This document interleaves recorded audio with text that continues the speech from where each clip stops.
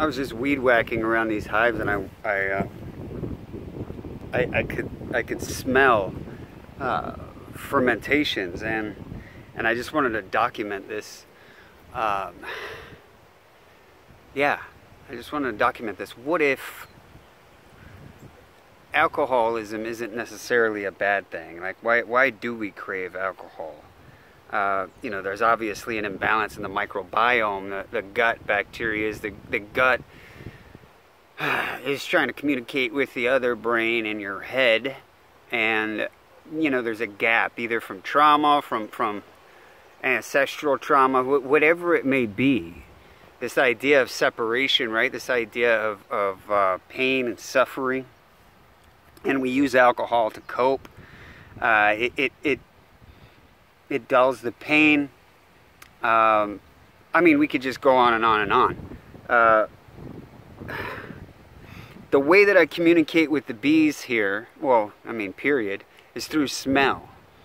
And it's the first thing that I do every day is you know, wake up and cultivate the flow of chemicals, whether it's through meditation, whether it's through a bike ride. Well, everything is meditation to me now, even making these videos. But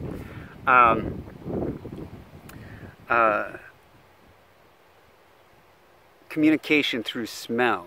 I project a smell, a scent off of my body based on what's going on with the communication with inside this vessel, right? My gut bacteria and my brain, they're just constantly, there's this flow of chemicals, and then my body has some sort of reaction that puts off a smell, and it gets you high, it gets me high. It's my body's scent, it's my pheromone. Well, I get to communicate with these bees, right? I don't have to actually be in their presence for them to crave my scent. Same thing in reverse. So when I walk upon hives and I'm weed whacking, I don't want, I mean, some days are worse than others. Like, it's been raining a lot, so I actually had my mask on, but I don't have a shirt on. You know, like, I actually didn't need the mask today, but it's been raining, so you know, there's this rush to weed whack. But today the sun is shining, and I kind of slowed down a minute, and I could smell the alcohol as I was weed whacking. But I'm subconsciously like smelling for the bees to be done with me weed whacking around them. Like, that's what I'm looking for. I'm not looking for any sort of you know, aggressive nature that they might be displaying. I'm not afraid of that. I'm just listening to them. We're communicating. I'm here. I'm in love. I'm weed whacking around you. I'm keeping it clean for you. You know, we're working together on this magical fucking paradise that we call the Big Island. And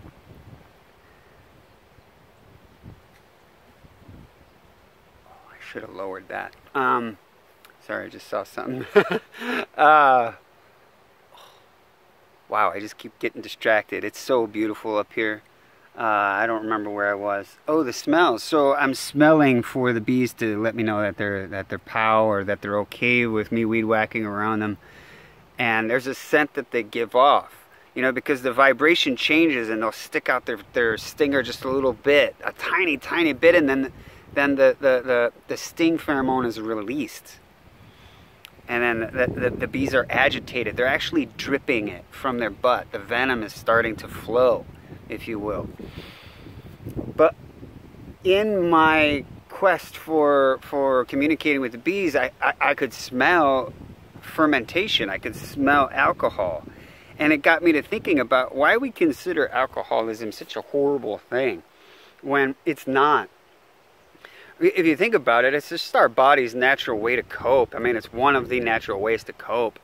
Well, I mean, we've been making alcohol since the beginning of fucking time. It's not dark. Now, granted, when you've got years and years and ancestral damage, and you're coping with alcohol, you're completely numb, then yes.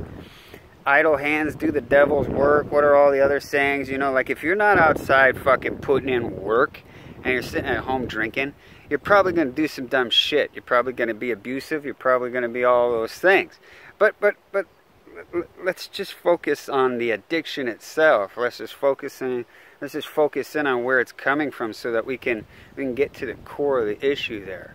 There's an imbalance in the chemicals flowing in your body, and the communication between your gut bacteria and your brain, and all the chemicals that are involved in that. You know, we could then maybe understand. I mean, everything. The answer's in the hive, if you ask me. Everything. The path of pollen is the path of everything. Every kind of answer that you ever need, the reflection is right here. The reflection is right here in the hive. What you just asked the question, and the bees will give you the answer. I mean, there's no fucking doubt about it. The path of pollen is the answer. Check in with the bees. There's no accident. They're the #1 research thing on this planet. They're not the #1 research thing, but the #1 research thing on this planet is the honeybee. There's a reason for it. And now some of you are probably going to put like 10 paragraph long explanation on how I'm wrong about this, that, and the other thing. I don't really give a fuck. I'm making this video as a coping mechanism for me. I have been there and done it all. I've been in this body for 44 years and been addicted to everything under the sun. And freedom in the mind, the body, and spirit doesn't seem to be only desired. It doesn't seem to only be a goal. It doesn't seem to... It is at its common core. Freedom from addiction, freedom from abuse, freedom from the chains that bind us, that hold us down. Freedom from the restrictions that we are creating all on our own. And when we stop putting blame, when we stop putting guilt and shame around everything, man, maybe we can heal. Maybe we can get to the core. An alcoholic is not a bad person. They might be doing bad things. They might. But, you know, I don't know. Let's just heal. The answer's in the hive, though. Anyway, I'm having a beautiful day up here, and I want to send you my love. Aloha.